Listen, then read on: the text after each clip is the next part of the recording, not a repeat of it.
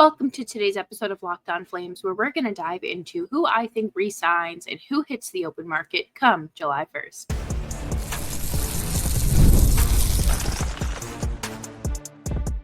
You're Locked On Flames, your daily podcast on the Calgary Flames. Part of the Locked On Podcast Network, your team every day. Hello, everybody, and welcome to today's episode of Locked On Flames. As always, I am your host, Jess Belmastro, and thank you so much for joining me. This episode is brought to you by Monarch Money. Take control of your finances with Monarch Money. Use code LOCKEDONNHL at monarchmoney.com for 50% off of your first year. With free agency rapidly approaching, I thought today would be a good day to kind of check in and see kind of where things are at reports wise, and kind of get an idea of what the roster might look like next year, because there are a few UFAs that are likely going to hit the market. I don't think we're going to see Vladar as a Flame next year, but could we see either Mantha or Kirkland return? Make sure you subscribe to Locked On Flames wherever you get your podcast, as well as YouTube. We're here for you Monday through Friday, 5 days a week, your team every day. And let's jump into this, because this summer, there's a lot that can be done this summer, whether it is trades, the draft, free agency, transactional work. And I think heading into it, obviously free agency opens after the draft, but there are like low stakes UFAs hitting the market, and that's fine. Anthony Mantha, Joel Hanley, Dan Vladar, Kevin Rooney, Justin Kirkland, all of them are UFAs come July 1st. They're depth players, aside from Vladar, of course, who is a backup goaltender, but either way, semantics. This does not leave me shaking in my boots. Like, I do not feel like how Toronto fans probably feel right now about Mitch Marner. I am not concerned like Florida fans are for Aaron Ekblad. Like, it's not anywhere near the same. This is kind of your standard, free agency. The depth guys, the older guys, the guys that are in the room for character, things like that. And I have to give Mantha and Kirkland a lot of credit, because both of them got hurt very early on in the season and were still around the team for the whole season, it felt like.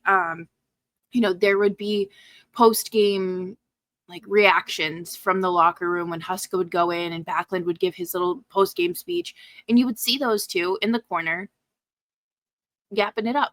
And it's great to see them part of the team and part of what the Flames were trying to build. But there aren't enough roster spots for everyone. Maybe other teams have more openings, but the Flames, as we talked about earlier this week, there's not necessarily a whole lot of room or reason to re-sign a lot of these players, and that's okay. Par for the course, right?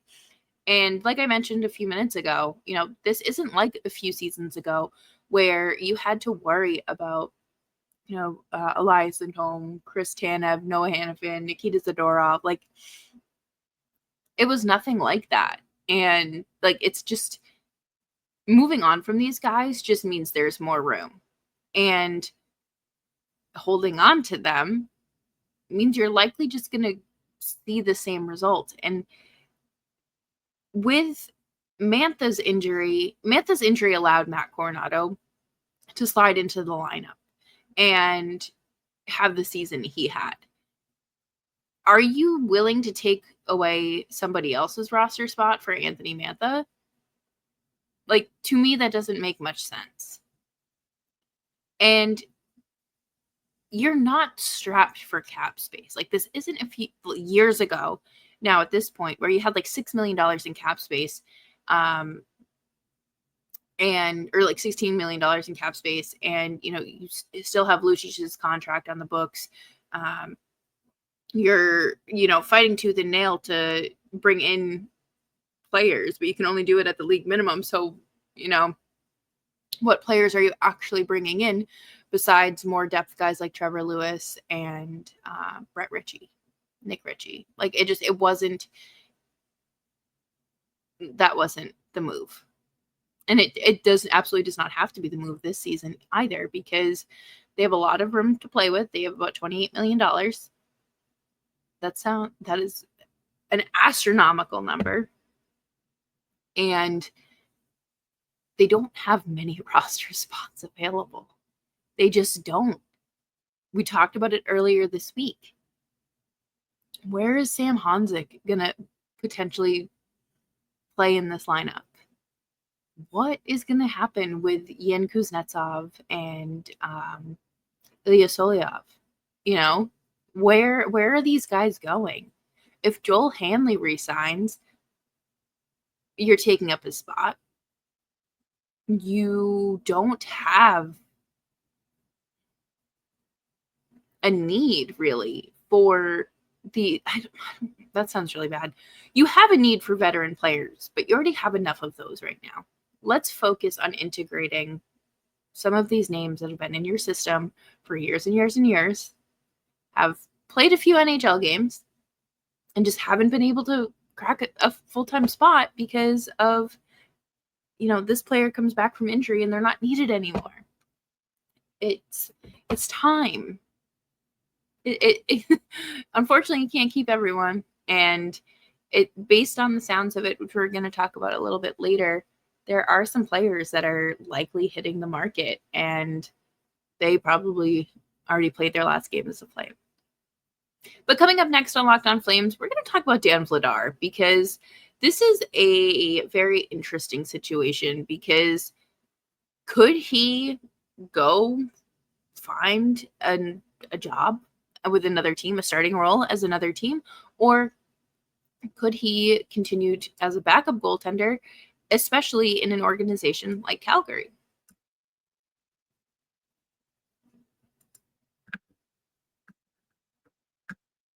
Have you ever looked at your bank account and wondered where the heck did all my money go?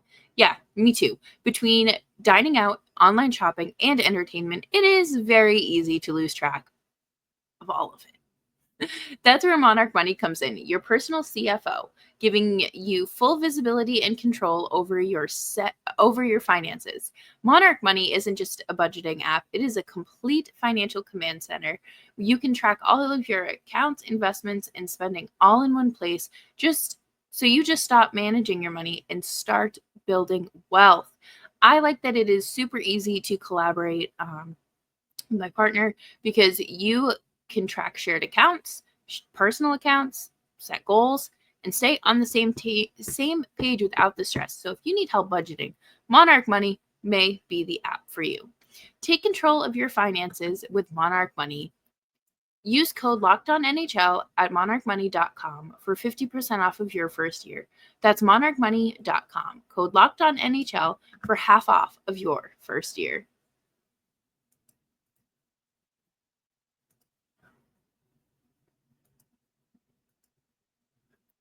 Thanks, everyone, for hanging out with me today on Locked On Flames. Make sure you're subscribed wherever you get your podcasts, as well as YouTube. We're here for you Monday through Friday, 5 days a week, your team every day. And let's talk about Dan Vladar, because Pat Steinberg, who is one of the legendary Flames beat reporters, offered a little bit more insight to what's going to happen with the Flames pending UFAs. And Dan Vladar is likely going to test the market at this point in the summer. The Flames, don't have a deal done to get him extended. And he's been with the organization for 4 years. He's played 100 games. He's carved out a nice little role for himself in Calgary. And he is a reliable backup goaltender. It's not necessarily a bad thing at all. Vladar was traded from the Bruins for a third-round draft pick a few years ago, back in 2020. And the Flames gave him his first shot at the NHL and being an NHL goaltender. And while it hasn't been smooth and it hasn't been perfect, he's grown into a great goaltender. And Pat Steinberg goes on to say, the Flames are preparing for him to hit the open market. The Flames have put offers on the table to Dan Vladar, but nothing has been agreed upon as of yet. By no means is the door closed on Dan Vladar returning, but I think the Flames are now starting to at the very least realize some of their contingency plans will have to be put into place. The Flames have to be prepared that he doesn't come back. They have probably put 1 and 2 year deals on the table, and the Flames believe what they have put on the table is quite fair. If that's what they've put on the table, I think that's very fair. I think a 2-year deal, 3-year deal would be fine. Realistically, Dustin Wolf is your guy. Vladar has played very well, I would say. I think that he has stepped up big time. And the thing about Vladar is that he didn't really have any leverage coming into the NHL. His first NHL game, he got shelled.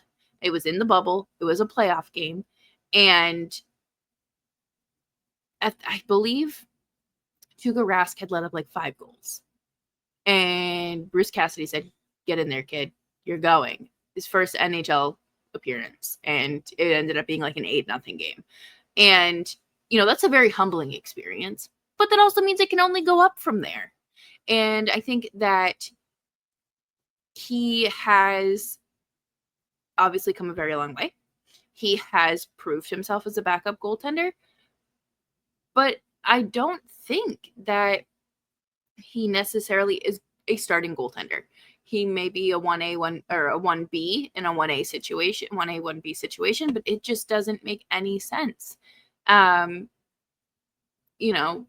me, the Flames they have a lot of options, whether it be international goaltenders or,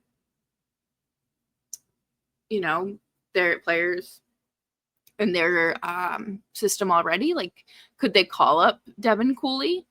Maybe, because they just signed Owen Say, who will be with the Wranglers this year. So it's not like they don't have options. And a name that they have been linked to is Ivan Prosvetov.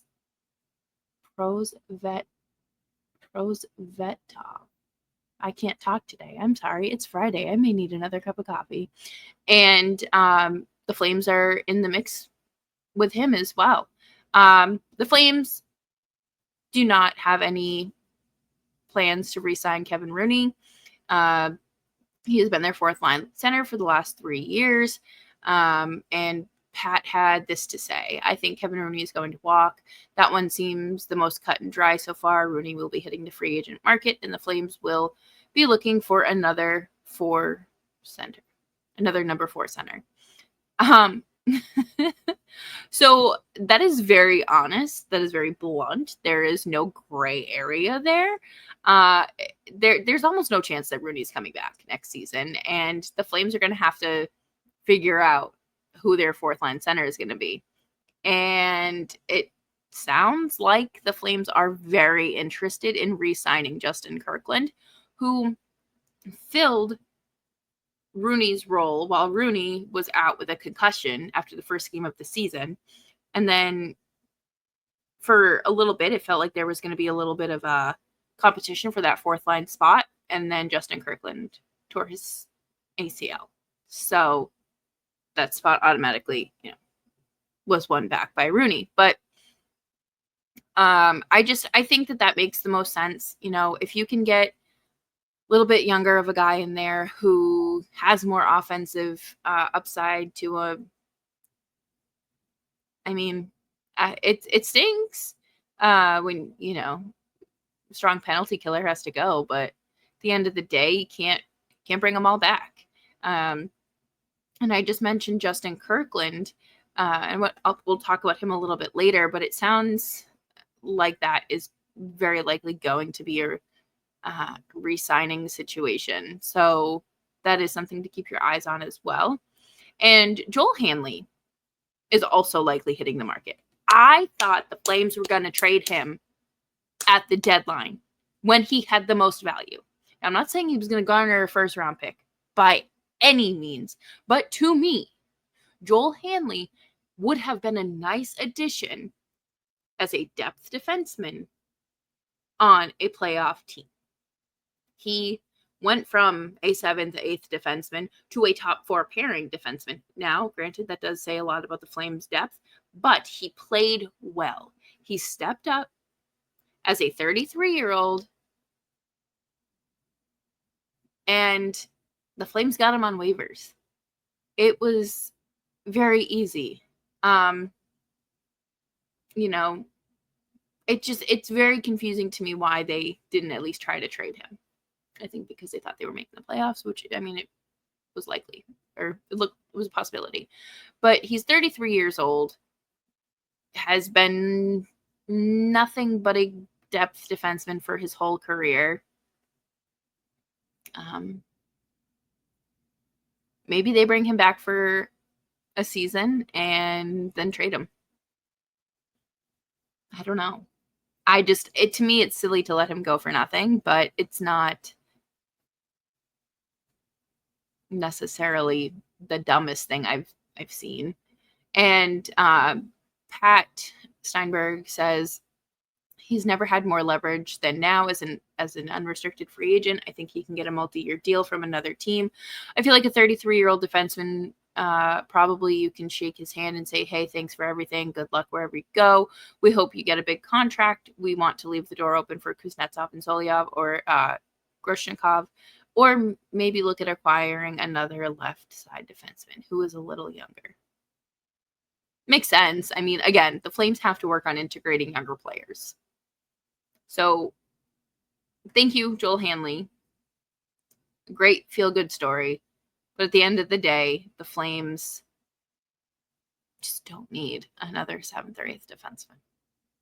And they certainly could do something a little better in their top 4.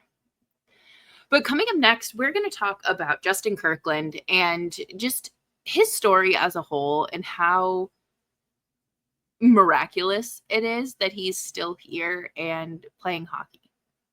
And we'll be back right after this.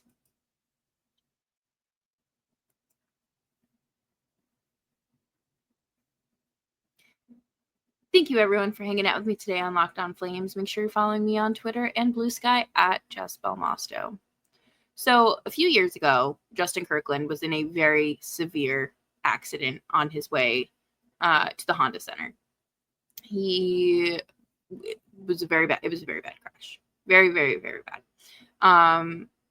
Nobody really thought he was ever going to play hockey again.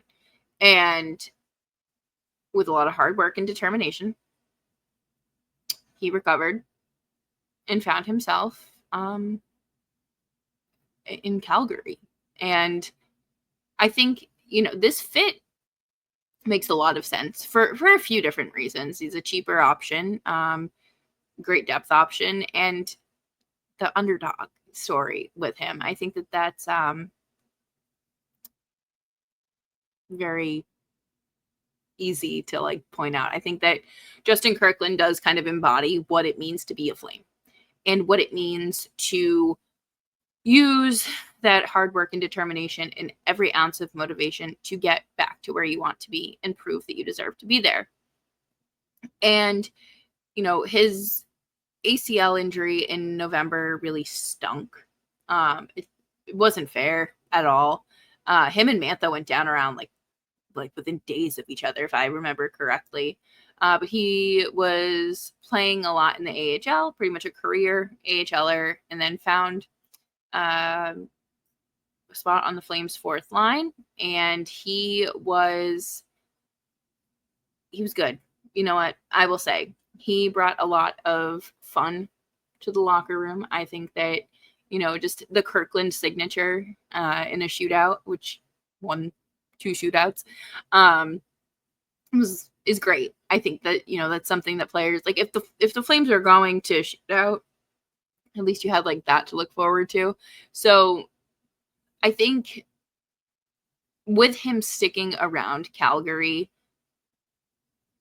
post-injury, as well as still literally being there now in June. It does sound like there's mutual interest in bringing him back. Also, I guess that they summer in Calgary, him and his wife. So, excellent choice. I think Calgary is a fantastic city. Pat goes on to say he wants to be here. However, my understanding is there are plenty of teams interested in Kirkland if something doesn't happen in Calgary. I think Kirkland will have options, but I don't think he's going to take an NHL minimum to a deal to stay in Calgary. Conroy has talked in length about guys who want to be a member of the Flames. I can tell you Kirkland wants to be a member of the Flames. The Flames would like to keep him as well. And based on these comments, it sounds like it's a sure thing. I don't really, I don't see why the Flames wouldn't give him a similar deal as to what they paid Rooney, $1.5 million for 2 years, maybe do a year. But I think that he was a very good fit in the Flames room, in the Flames lineup. And again, it's important to have guys that want to be here. And here he is. And I think you're not necessarily taking a spot away from a young player. The kind of consensus is that Rory Currens really isn't an NHLer. Sam Honzik, may be able to come up a few times and kind of figure that out and feel that roll out. But it's not necessarily something that seems like a priority. I think really what needs to happen with Honzik is beefing up a little bit. I think he really needs to put on some muscle, and that will help prevent further injuries, because it's been a little tough for him. And I think the Flames are a good fit, again, for Justin Kirkland. I think that, I feel like saying he'll have a chip on his shoulder seems a little dramatic, but I think that he will play, he has something to prove, because he had something to prove last season, and he unfortunately hit a brick wall with the ACL injury. So I'm hopeful that, more, a heavier motivating factor, again, returning from another injury, will be enough for him. I think that the Flames really like him. I think that he obviously really likes Calgary. So I'm not necessarily worried about the fourth line and how that looks or how that's assembled. I think right now the Flames really need to fix their middle six and this over congestion that's going on. That's why I don't think they should bring back Anthony Mantha. It does not make sense to bring him back. I don't really think keeping him around because he played hockey with Huberdeau is a valid enough reason. So you're just going to have to, be selective and smart about who you bring back and who you bring in general. I do not expect this to be a busy July 1st for the Flames. I don't expect it to be a busy summer for the Flames. I don't know if they're going to trade Rasmus Anderson ahead of the draft. I don't think that there's been too much movement with that at all, honestly. Based on what I've been hearing, it just kind of sounds like things are just not being talked about. They're, I don't want to say at a stalemate, but it's just kind of we'll table this for a little bit, and so be it, I guess. I mean, I would probably try to be a little bit more aggressive, but then again, it is a little hard with the 9-hour time zone difference, blah, blah, blah. So regardless, I think the Flames should have a transactional summer in terms of trading some players. I'm not saying trade the whole team, but there's definitely room to let go. And we know the Flames have a very difficult time of letting go. But that'll do it for me here on today's episode of Locked On Flames. Thank you all so much for joining me. I hope you have a fantastic weekend. Enjoy yourselves. Make sure you subscribe to Locked On Flames wherever you get your podcasts, as well as YouTube. We are here for you Monday through Friday, 5 days a week. Your Calgary Flames every day. And I will be back on Monday. And see you then.